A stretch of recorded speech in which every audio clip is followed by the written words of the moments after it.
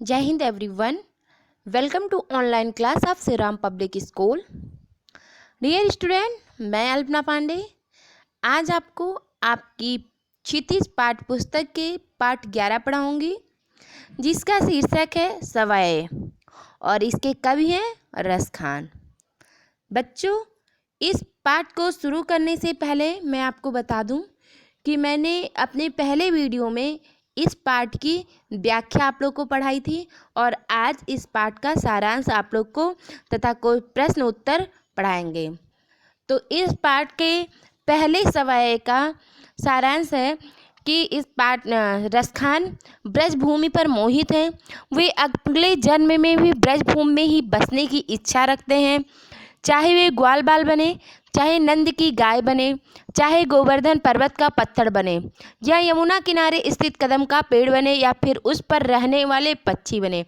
अर्थात ईश्वर उन्हें चाहे जिस रूप में भी जन्म दे, वे ब्रजभूमि से ही अपना संबंध हाल हाल में जोड़ेंगे। दूसरे सवाल का अर्थ है कि रसखान क्रीड़ से संबंधित हर वस्तु पर और स्थान पर मुग्ध हैं। वे क्रीड़ की लाठी और कंबल पर तीनों लोगों का राज्य त्यागने को तैयार हैं। नंद बाबा की गायों को चराने के लिए वे संसार के सब सुख छोड़ने को तैयार हैं। ब्रज के बाग, वन, सरोवर आदि के सम्मुख सुवर्ण के यानी सोने के करोड़ों भवनों को न्यौछावर करने में तनिक भी संकोच नहीं है। तीसरे सवाए में एक गोपी की क्रीड़ की वंशी के प्रति ईर्ष्या प्रकट हुई है। गोपी कहती है कि मैं क्रीड़ को पाने के लिए पूरी तरह क्रीड़ की वेशभूषा धारण कर लूँगी, किंतु क्रीड़ के अधरों पर रखी मुरली को अपने ओठों से ना लगाऊंगी।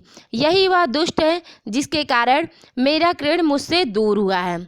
चौथे सवाए में क्रीड़ की वंशी की मादक धुन व क्रीड़ की मोहिनी मुस्कान का प्रभाव एक गोपी पर दिखाया गया है, जो क्रीड़ की वंशी के मधुर स्वर को सुनकर उस आनंद को संभाल नहीं पा रही है और मुग्ध है, तन्मय है। अब हम लोग इस पाठ का शब्दार्थ को देखेंगे। बसो, बसो का अर्थ है बसना, रहना। कहा बस यानी वश में ना होना। मझारन बीच में। गिरी पहाड़। पुरंदर का अर्थ है इंद्र। कालिंदी यानी यमुना। कांवरिया यानी कंबल। तड़ाग यानी तालाब। कलधौत के धाम सोने चांदी के महल। करील कांटेदार झाड़ी। वारो न्योछावर करना, भाव तो अच्छा लगना। अटा यानी कोठा, अट्टालिका। और टेर यानी पुकार कर बुलाना। ठीक है, अब इस पाठ के हम प्रश्न उत्तर देखते हैं। पहला प्रश्न है, ब्रजभूमि के प्रति कवि का प्रेम किन किन रूपों में अभिव्यक्त हुआ है? उत्तर, कवि श्री कृष्ण की रासलीला भूमि ब्रज के प्रति अपना प्रेम निम्नलिखित रूपों में अभिव्यक्त करता है। पहला पॉइंट है, कवि अगले जन्म में मनुष्य रूप में जन्म लेकर ब्रज में ग्वाल बालों के बीच बसना चाहता है। दूसरा, वह पशु के रूप में जन्म मिलने पर नंद बाबा की गायों के मध्य चरना चाहता है। तीसरा, वह उसी गोवर्धन पर्वत का हिस्सा बनना चाहता है जिसे श्री कृष्ण ने अपनी उंगली पर उठाया था। चौथा, वह पक्षी बनकर उसी कदम के पेड़ पर बसेरा बनना चाहता है जहाँ कृष्ण रास रचाया करते थे। पांचवां, कवि ब्रज के वन, बाग और तड़ाग यानी तालाब का सौंदर्य देखते रहना चाहते हैं। प्रश्न 2, कवि का ब्रज के वन, बाग, तालाब को निहारने के पीछे क्या कारण है? आंसर, कवि ब्रजभूमि के वन, बाग और सरोवर इसलिए निहारना चाहते हैं क्योंकि इनके साथ कृष्ण की यादें जुड़ी हुई है। कभी कृष्ण इन्हीं में विहार किया करते थे, इसलिए कवि उन्हें देखकर धन्य हो जाता है। प्रश्न 3, एक लकुटी और कांवरिया पर कवि सब कुछ क्यों न्यौछावर करने को तैयार है? उत्तर 3, कवि श्री कृष्ण का अनन्य भक्त है। वह कृष्ण की हर वस्तु से प्रेम करता है। श्री कृष्ण गायों को चराते समय यह लकुटी और कांवरिया यानी छोटा कंबल अपने साथ रखते थे। यह लकुटी और कांवरिया कोई साधारण वस्तु ना होकर कृष्ण से संबंधित वस्तुएं थी, इसलिए कवि उन पर सब कुछ न्यौछावर करने को तैयार है। प्रश्न 4, सखी ने गोपी से कृष्ण का कैसा रूप धारण करने का आग्रह किया था? अपने शब्दों में वर्णन कीजिए। तो सखी ने गोपी से कृष्ण का ठीक वैसा ही रूप धारण करने का आग्रह किया था जैसा कृष्ण दिखते हैं।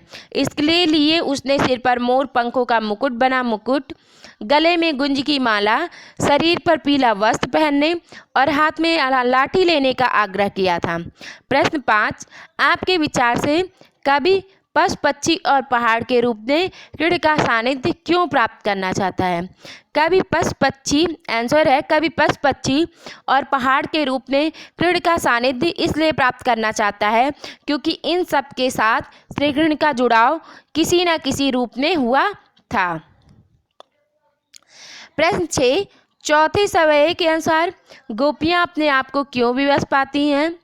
उत्तर, चौथे सवाल के अनुसार गोपियाँ अपने आप को इसलिए विवश पाती हैं क्योंकि श्री कृष्ण की मुस्कान अत्यंत आकर्षक है।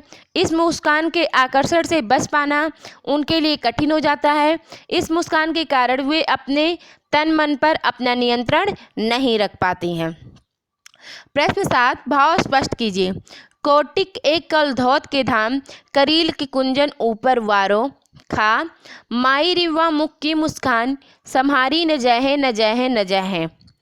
उत्तर का, रस खान ब्रजभूमि से इतना प्रेम करते थे कि वे वहाँ के कांटेदार करील के कुंजों के लिए करोड़ों महलों के सुखों को भी न्यौछावर करने को तैयार है। आशय यह है कि वे महलों की सुख सुविधा त्याग कर भी उस ब्रजभूमि पर रहना पसंद करते हैं। उत्तर खा, एक गोपी कृष्ण की मधुर मोहिनी मुस्कान पर इतनी मुग्ध है कि उससे कृष्ण की मोहकता झेली नहीं जाती। वह पूरी तरह उस पर समर्पित, यानी वह कृष्ण के ऊपर पूरी तरह से समर्पित है। प्रश्न 8, कालिंदी कूल कदम्ब की डारन में कौन सा अलंकार है? तो बच्चों यहाँ इसमें का वर्ण की आवृत्ति हो रही है, इसलिए का वर्ण की आवृत्ति के कारण यहाँ पे अनुप्रास अलंकार है। प्रश्न 9, काव्य सौंदर्य स्पष्ट कीजिए। मुरली मुरलीधर की अधरान धरी अधरा न धरोगी। तो उक्त पंक्ति का काव्य सौंदर्य निम्नलिखित है। पहले तो भाव सौंदर्य के इसका क्या भावार्थ है? गोपी अपनी सखी के कहने पर श्री कृष्ण के समान ही वस्त्राभूषण धारण तो कर लेगी, पर वह श्री कृष्ण की मुरली को अपने ओठों पर नहीं रखेगी। इस पंक्ति में गोपी की मुरली के प्रति ईर्ष्या भाव प्रकट हुआ है। शिल्प सौंदर्य याद दिया। शिल्प सौंदर्य बच्चों काव्य सौंदर्य को ही कहते हैं। तो पहला पॉइंट है, काव्यांश में ब्रज भाषा की मधुरता निहित है, यानी काव्यांश में ब्रज भाषा दिखाया गया है। काव्यांश रचना सवाया छंद में हुआ है। इसमें यमक अलंकार का सौंदर्य है।